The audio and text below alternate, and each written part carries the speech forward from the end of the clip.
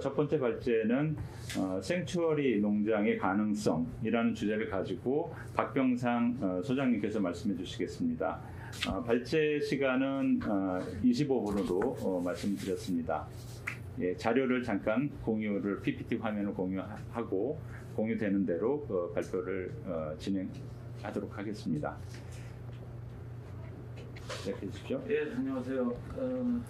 첫 번째 화면 보면 이제 황당한 남자가 편안하게 누워 있는 돼지를 기대서 짚을 앉아 있죠. 마스크를 떼고 이게 비현실적인 그림입니다. 미국에는 이런 생추어리 농장이 있어요. 면적이 우리의 상상을 초월할 정도로 넓죠. 그런데 돼지는 원래 사람하고 이렇게 기대서 누워 있는 거를 대단히 혐오할 겁니다. 그런데 이렇게 누워 있죠. 그래서 이것을 이제 사람들은 이 돼지의 여생을 편안하게 지켜주는 것이라고 생각하죠. 하지만 클라우지 돼지들은 어떤 형식의 있는지 이 사진을 보고서는 우리는 알기 어렵습니다. 지금 오늘 이런 발제를 하기 위해서 지적거리다가 사실 생추어리 농장을 시도한 적이 있고 지금 진행 중인 데가 있다는 걸 알았어요. 인천은 아니고 구례입니다. 바로 많이 녹색연합에서 그다음부터 관심이 있었던 반달 가슴곰, 우리 건국 신화에 나오는 그 반달 가슴곰 깨서 웅담 때문에 400마리 가까이 갇혀 있고요. 중에 이제 나와서 사살되는 것도 있고, 그거를 이제 구조해서 구례에다가 축구장 3개 정도 크기로 보호하겠다는 계획이 나왔는데 구체적인 건 모르겠습니다. 우리나라도 한 달 전쯤에 그런 계획이 있었다 하는 건데 우리도 지금 인천에서 그런 가능성이 있는가를 모색해 보는 거잖아요. 이 포스터를 여러분께서 보셨는지 모르겠는데 여기 보면 이 개들이 우리가 먹기 위해서 특별히 품종 개량한 것 같이 우리가 얘기하는 그런 개들, 생긴게 거의 비슷한 도석연하고 접붙여서 교배해서 만든 그 개들은 극단적인 그 근친교배로 아마도 생장이라든가 뭐 이런 게 정상적이지 않을 거예요. 그런 것들이 과거에는 틀 안에서 틀 속에서 발을 제대로 걷지도 못하고 꼼짝도 못하는 상황에 서 있다가 지금 땅에서 내려가지고 느긋하게 이 여름을 쉬고 있는 모습을 봅니다. 근데 우리는 그 미국에서 보는 생추어리 농장과 우리 머릿속에 그려져 있는 반달 가슴곰의 생추어리 농장 그리고 지금의 모습 어떻게 보면 최선일 수도 있겠다 하는 생각이 들고요. 왜냐하면 동물마다의 그 제체적 특징, 그 생태적 특징이 있는데 미국도 맞춰줄 수 있는 것이 아니고 반달 가슴곰도 맞춰주기가 어렵습니다. 축구장 3개 면적이면 반달 가슴곰보다는 터무니없이 좁죠. 하지만 사람이 관리할 때 터무니없이 넓습니다. 개는 한 마리가 있을 때는 모르겠지만 10마리 이상 있을 때는 집단적 행동을 하기 때문에 이거 참 관리하기 어려워요. 이런 거에 대한 생각을 두루 가지면서 과연 어떻게 했는지 이 사람이 동물에 대해서 어떤 대우를 하고 있는지 살펴보면서 오늘 가능성을 한번 솔직히 좀 비판적으로 모색해 보도록 하겠습니다. 다음을 넘겨보면요. 저는 지금이 인류세라고 하는데 동의합니다. 인류세라는 것은 지금 우리가 차지하고 있는 이 지층은 인류가 몽땅 다 차지하고 있죠. 지금 우리 현재 지층 그걸 과거에 홀로세라고 믿어왔는데 아니다 하고 위에 있는 얼마 전에 돌아가신 파울 크루천이라고 하는 분이 주장을 했고요. 이분은 노벨 화학상을 받으신 분인데 오존층 연구를 해서 대개 층서위원회 회의 도중에 답답한 소리를 듣다 못하고 지금은 인류세라고 그래야 된다 하고 제창하신 분이죠.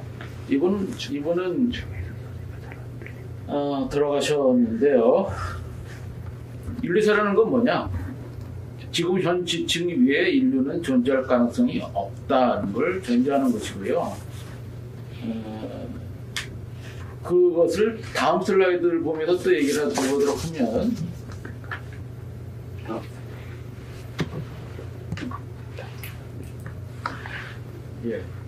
다음 슬라이드를 보면, 지금 잘 아시다시피 코로나19의 와중에 있잖아요. 우리는 4차 유행의 중간에 있는데 내일 상황에 따라서 더 늘어날 것인지 말 것인지도 판단할 수 있을 것 같은데요. 저는 여기서 우리가 주목해야 될 것, 인수공통 감염병이 왜 창궐했는가? 과거에는 없고 앞으로는 없을 것인가? 우리가 박쥐를 먹는 것이 어려운 얘기도 아니고, 근데 왜 갑자기 늘어났는가에 대한 고민을 하고 있는가라는 것이고요. 그리고 또 하나는 작은 그림으로 나와 있는 것이, 우리는 이 지구 땅에 다른 생물이 없는 거라는 가정하에 인간만이 착착 돌아가는 톱니바퀴 속에 살고 있습니다.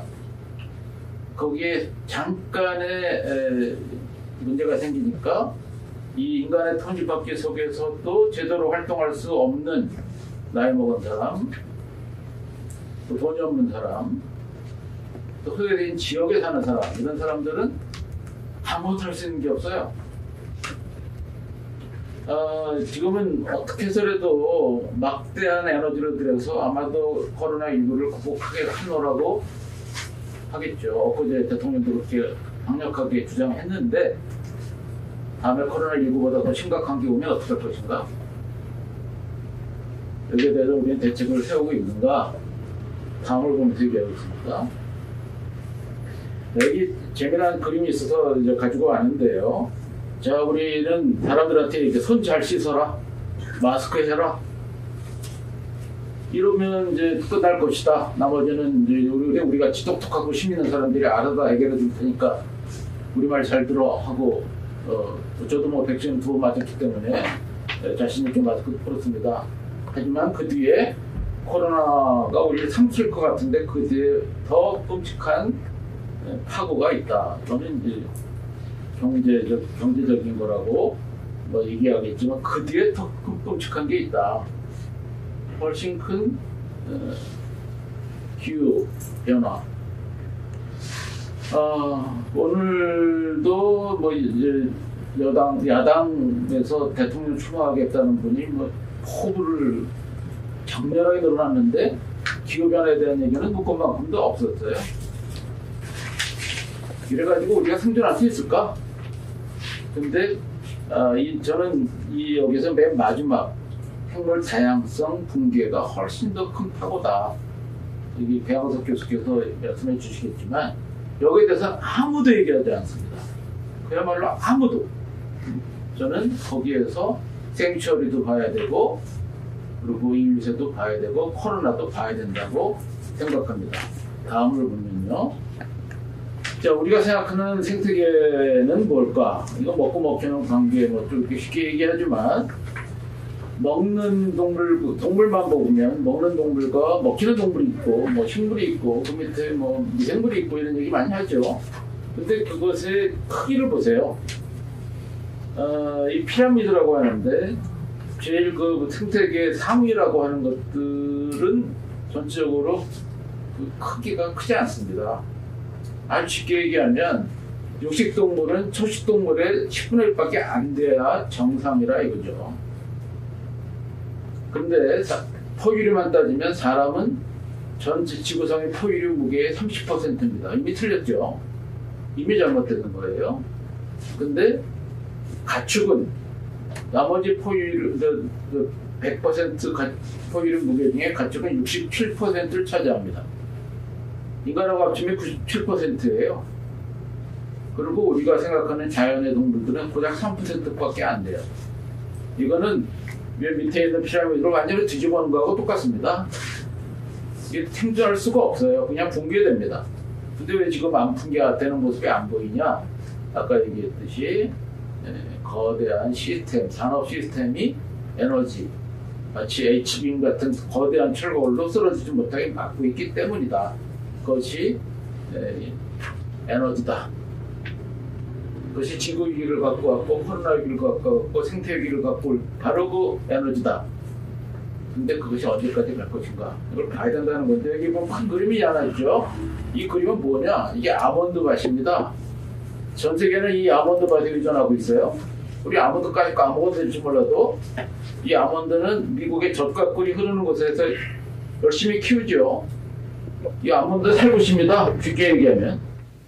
살구는 열매가 필요하니까 우리는 너무 많은 꽃도 필요 없고 너무 많은 열매도 필요 없어서 떼내죠. 근데 이거 씨가 필요하기 때문에 모조리 씨를 피우는데 여기는 카나다에서부터 미국까지 이어지는 로키 산맥이 있기 때문에 가능한 거예요. 거기에서 겨우 내내 내렸던 눈, 하루에도 사람 몇 배 내리는 눈이 얼어서 여름까지 맑은 물을 보내주지요. 그래서 캘리포니아에는 이러한 젖과 꿀이 흐르는 땅이 많은 건데요. 정작 캘리포니아에는 별로 비가 안 내립니다.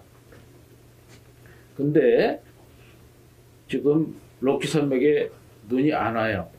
기후이기 때문에 비가 옵니다. 그렇다면 이게 전부 다 사람이 먹겠다고 하는 짓이에요. 이게 언제까지 가능하냐?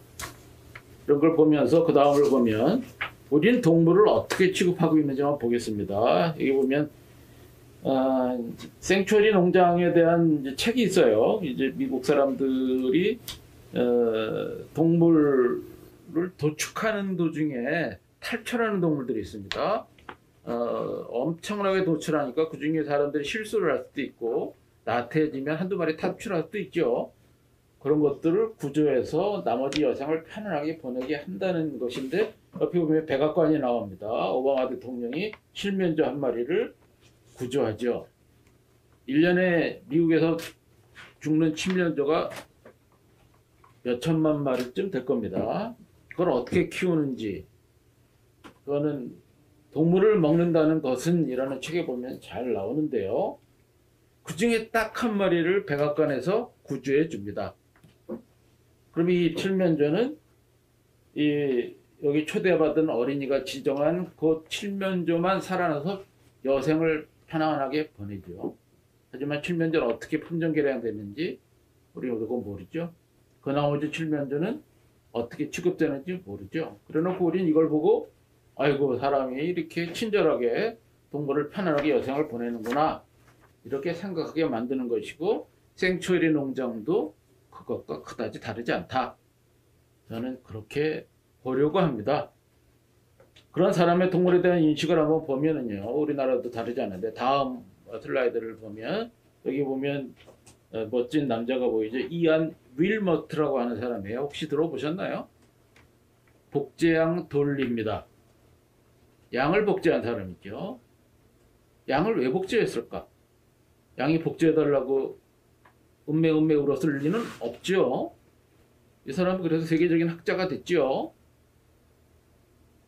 이 복제양 돌리는 6살에 안락사 됐습니다. 안락사는 도저히 더 이상 살 수 없을 때 마치 인간적으로 죽이는 것 같은 착각을 심어주는 거죠. 양이 6살이면 한참 나이예요. 근데 왜 늙어 죽었을까? 복제양의 세포를 제공한 양이 있죠. 그걸 엄마 양이라고 그래야 됩니까? 언니 양이라고 그래야 됩니까? 나라 그래야 됩니까? 그것이 이때 일단 6살이었어요. 6살짜리 암양의 유방에서 세포를 떼다가 복제를 했거든요. 태어나자마자 6살부터 시작했죠. 12년이 되니까 늙었고 안락사 시킨 거죠. 이 이후로 나타난 현상들을 쭉 한번 상상해 보시기 바라고요. 그 밑에 사진. 이건 뭐 소잖아요. 소인데 털이 좀 이상하죠. 소가죽보다 비싼 게 양가죽이죠. 근데 양은 작죠. 소는 크죠. 양가죽을 소가 대신 갖고 태어나게 하면 어떨까? 인간의 과학이 한 짓입니다. 소가 양가죽을 갖고 태어났어요. 하지만 소는 엉망이 됐죠. 제대로 먹지도 싸지도 못하고 서지도 못하고 내장이 엉망이 됐어요. 이런 모습. 또 오른쪽의 위에는 우리 청도 소싸움입니다. 이 소는 이렇게 싸우는 동물이 아니에요. 소를 싸우게 하려고 온갖 짓을 다 해요. 여기에 돈을 걸고 난리가 나죠. 이것이 민속놀이라고 합니다. 그 밑에는 인간의 심장병을 치료해 주겠다고 하는 미니돼지입니다. 돼지는 무슨 잘못을 했길래 인간의 심장을 치료해야 됩니까? 여기에 대한 자세한 과학적인 이론은 복잡하지만 이거 잘못 꼈다고 하는 사람은 돼지의 심장병까지 걸릴 수 있어요. 걸릴 뿐만 아니라 인수공통 바이러스가 사람한테 퍼져가지고 끔찍한 일이 만연될 수 있어요. 이런 연구를 외국엔 왜 안 하는데 우리나라는 열심히 할까? 이런 게 또 궁금해요. 이게 어마어마한 돈이 들었습니다. 결국 실패했어요. 선거가 그렇고 큰 소리 빵빵 쳤지만 1,000억이라는 돈은 날렸습니다. 그 밑에 사자하고 호랑이하고 연애를 해가지고 새끼를 낳았다고 하는 라이건지 타이온인지 하는 겁니다. 왜 이런지, 이건 돈 벌려고 하는 것이죠. 이게 사람이 동물에 대한 대우라는 거죠. 그 다음을 보면 우리 축사는 어떨까? 이게 암돼지들입니다. 이 암돼지들은 이 틀에 한번 갇히면 평생 못 나와요.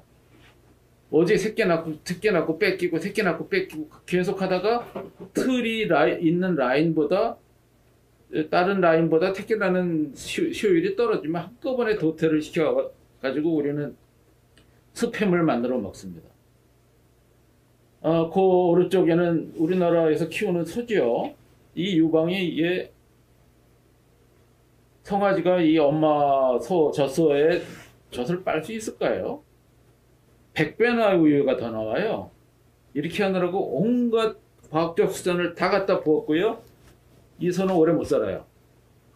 이 우유도 건강하지 않아요. 하지만 엄청나게 비쌉니다. 자, 그 밑에 보면 닭이 있죠. 행복한 거 같나요? 유기농 닭입니다. 닭은 한 마리가 45cm 정도의 면적을 차지하면 유기농이 돼요. 이게 유기농일까요? 이 닭은 끔찍한 환경에서 살고 있어요. 하지만 이건 유기농이에요. 그 아래에 보면 양이 있죠. 양이 뭐 콧니를 쓰고 있는 거 같죠? 우리가 품종계량을 이상하게 해가지고 그냥 놔두면 계속 털이 나와요. 그래서 탈출했던 거를 잡아가지고 털을 벗겨놓으니까 이렇게 날씬해진 거죠. 그래놓고서 우리는 양털을 고급 의복이라고 입고 다닙니다. 그 다음을 보면은요, 이런 것들이 빨리 우유를 만들고 빨리 살찌고 빨리 양털이 생기고 이렇게 품종 개량을 극단적으로 하다 보니까 그걸 가장 효율적으로 먹이를 조금 주고 빨리 키울 수 있고 옆에 농장보다 돈을 더 벌 수 있게 극도로 품종 개량을 하다 보니까 여기에 질병이 들면 한꺼번에 감염될 수 있습니다. 바로 그것이 구제역 또 조류독감입니다. 왼쪽에 보는 사진은 올입니다. 처음으로 바깥에 나왔어요. 얼마나 이거 동영상도 있습니다. 신이 나는지 몰라요. 하지만 인부대에 쫓겨가지고 구덩이로 들어가서 생을 마감하죠. 왼쪽은 닭입니다. 이 닭은 비닐에 쌓였죠. 여기다가 이산화탄소 가스를 쭉 주입해가지고 마취를 시킨 다음에 도살을 합니다. 이건 인도적인 탈처분이라고 얘기합니다. 인도적인 탈처분에 동의할까요? 이 닭과 우리가? 원래는 동료가 죽는 걸 못 봐야 돼요. 근데 더 재밌는 것은 지금까지 조류독감으로 죽인 닭의 오리의 메추리의 마리수가 1억 3천만 마리쯤 되는데요. 그 중에 그 과정에서 한 10명 정도의 사람이 과로사를 했는데 정작 조류독감에 걸린 닭은 150마리가 안 됩니다. 이거에 대한 안타까움을 적은 채 아까 잠깐 얘기했죠. 동물을 먹는다는 것에 대하여 라는 것을 읽어보십시오. 사람이 동물을 어떻게 취급하고 어떻게 먹는지, 그 과정에 동물은 어떤 끔찍한 대우를 받는지, 그러면서 우리는 그 중에 한두 마리를 구조해가지고 생추얼이다 해가지고 편안한 모습을 연출하고 있노라 하는 걸 저도 하나 썼습니다. 탐욕의 울타리라고 했고요. 인간의 탐욕에 의해서 그 울타리 속에 집어넣고서 마치 큰 대접이나 해주는 것처럼 광고는 하지만 그 안에 있는 생물들은 정말 끔찍하게 살아가고 있노라. 여기는 가축뿐만 아니라 애완동물도 마찬가지고 실험동물도 마찬가지고 공연장 동물도 마찬가지다 하는 것을 썼습니다. 다음을 한번 볼까요? 우리가 키우는 뭐 반려동물, 애완동물이라고 그러면 무식하다 그러죠. 반려동물이라고 그래야 된답니다. 그래서 예쁜 어린아이가 이제 고양이를 안고 있죠. 이 고양이는 오드아이입니다. 한쪽 눈의 색깔이 이제 눈의 색깔이 다른데 위에 아이트 오드아이죠. 이 아이는 그렇게 태어났을 거예요. 우리나라도 이렇게 태어난 여성이 몇 년 전에 청주에 한 명 있었죠. 여학생이었는데 그래서 혼 많이 났다 그럽니다. 칼라렌즈 끼고 나왔다고. 그래서 억울했다 그러는데 사람은 그러지 않겠지만 동물은 이걸 만드느라고 얼마나 혹사를 시키는지 이거 과학자들은 다 압니다. 근친기별을 수십 번 해요. 그래놓고서 이걸 값비싸게 비싸지. 이런 것도 오래 못 살아요. 그리고 옆에 보면 피추라고 하는 예쁜 강아지죠. 하지만 철조망에 갇혀 있는데 이 강아지를 낳느라고 얼마나 고생하는지 아십니까? 그래놓고서 버려요. 더럽다고, 짖는다고. 저희 집 옆에도 참기 열심히 짖더군요. 아무데나 똥 싼다고. 또 여행 갔다가 포천 타고. 그래놓고 반려해요. 반려란 무엇일까요? 그 다음을 보면 또 그것도 아닌 동물들도 있어요. 우린 개라고 하는 건 품종 개량해서 먹을 수 있다. 그럴까요? 저는 그 중에서 오른쪽 위쪽 사진을 보시죠. 아마 이맘때 이런 개들이 좀 보일 거예요. 어미들은, 큰 개들은 다 팔려나가고 요 개들은 철조망에 자기 다리를 제대로 올려놓지 못하니까 쭉쭉 빠져 있지요. 내년을 기약하는 개들입니다. 개는 아무리 생각해도 사람한테 잡아먹히려고 품종개량된 개는 없어요. 그렇게 태어난 개도 없습니다.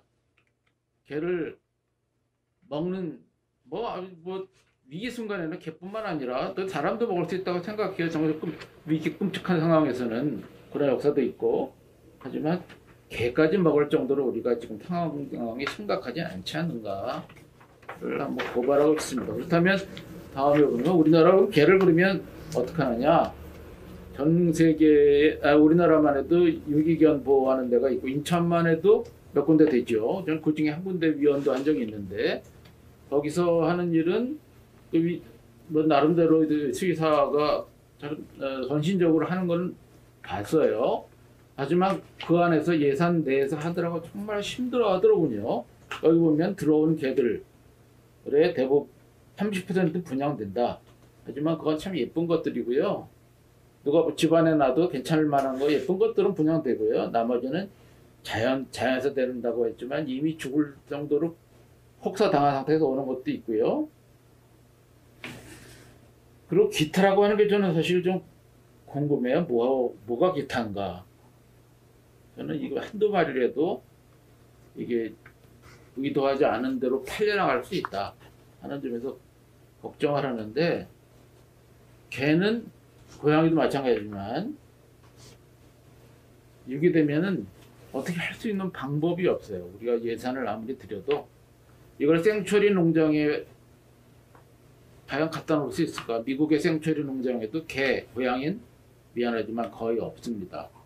1인당 할 수 있는 종류 마리수가 몇 마리 안 되기 때문에 예산상으로 하기 어려워요. 자, 그렇다면 동물원은 또 어떤가?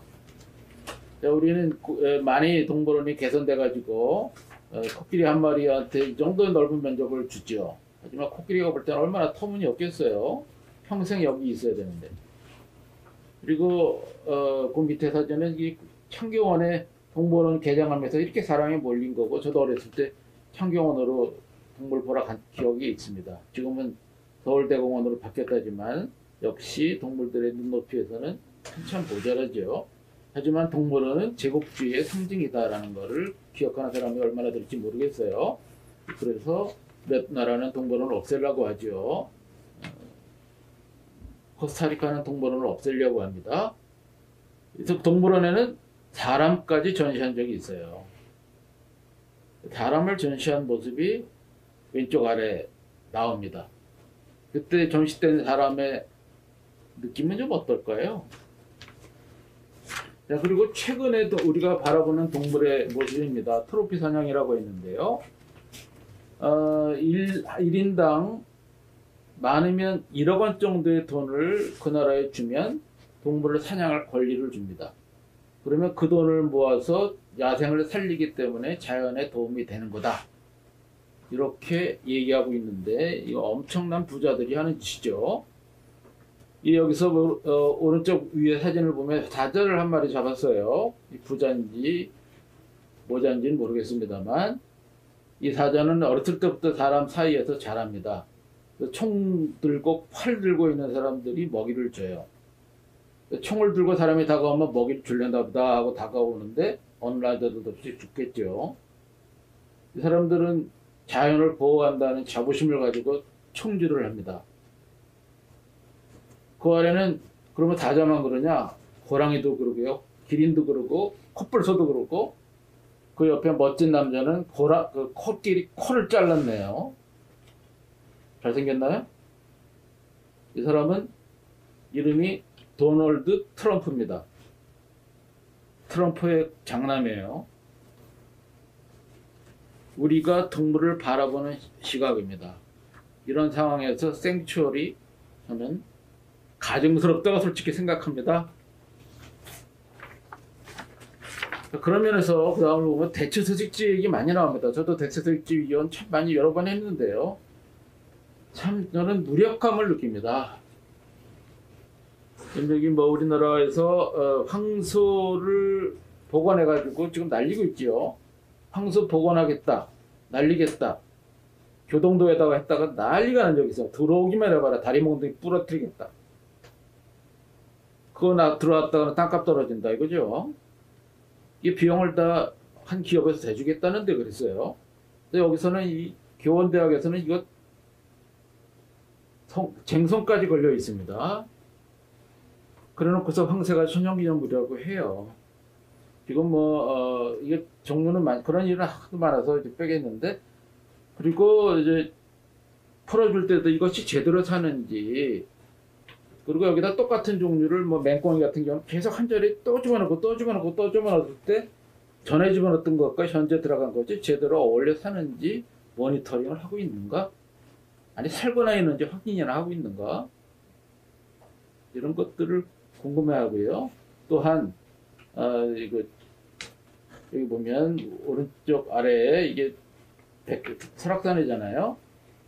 설악산에 있는 사냥이 중요하냐, 사람이 중요하냐, 사냥 때문에 케이블카 못 놔야 되느냐 하고 얘기하잖아요. 대장동에는 아파트를 짓겠다는데 금개구리가 중요하냐, 사람이 중요하냐. 오산천도 마찬가지입니다. 수달이 중요하냐, 사람이 중요하냐, 그러고 있어요. 사람은 살 거, 벗을 거 다 가지고 있는데 수달은 거기밖에 살 수 있는 공간이 없어요. 그것마저도 양보를 안 해놓고서 무슨 얘기를 하느냐. 자, 그러면 우리는 대안이 뭘까? 자, 생추어리 좋습니다. 하지만 그러려면 엄청난 지원을 해줘야 되고, 그거는 복지 차원에서 해야 되지만 그 전에 이런 동물들을 함부로 키우고 또 먹고 하지 않았으면 좋겠어요. 자, 그래서 동물을 키우려면 여기 왼쪽 위에 보면 이것이 말로 가족적으로 농가에서 키우는 겁니다. 필요한 만큼 키워라. 그리고 도시 사람들은 자연에 있는 동물이든 거기에 대한 존중심을 좀 배워라 하는 겁니다. 자연에서 본 동물을 보면 사람들은 편안해지거든요. 그리고 되도록 채식을 하자.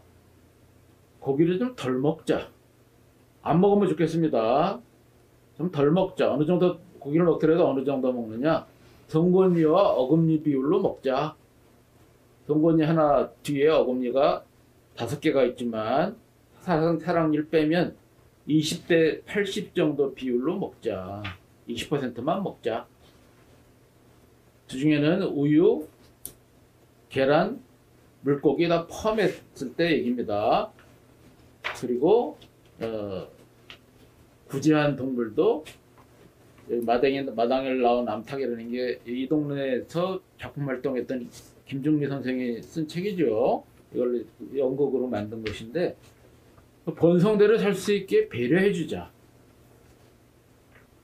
입니다. 그것이 제 사족이고요. 그래서 결론이고요. 사족을 얘기하겠습니다. 자, 우리가 닭을 하루에 100만 마리 처리하는데 가장 많이 고장나는 데가 털 벗기는 공정이에요. 그러니까 아예 털이 없게 품종 개량을 했어요. 이스라엘에서 했습니다. 청지기들을 키우는 시브르 대학에서 했어요. 하느님이 좋아하실까요? 그리고 그 밑에 사막 여우는 도대체 우리나라에 왜 자꾸 키웁니까? 우리나라 사막 때문에 집안에서 키우면 이 동물이 어떻게 삽니까? 그래서 결국 이 동물들이 전부 다 서천에 있는 생태원으로 들어가가지고 그냥 억지로 살아요. 이런 짓 좀 제발 하지 말자. 그냥 그 자리에 있게 놔두자. 그런 것이고요. 그리고 반려한다는 동물들, 이게 반려하는 겁니까? 동물을 고문하는 겁니까? 동물한테 모자 씌우고 양말 신기고 농구화 신기고 또 염색하고 이런 짓 하면서 키우려면 차라리 그냥 인형 사가지고 끌어안아라. 동물을 동물답게 반려했으면 좋겠습니다. 이걸로 제 얘기 마치겠습니다. 고맙습니다.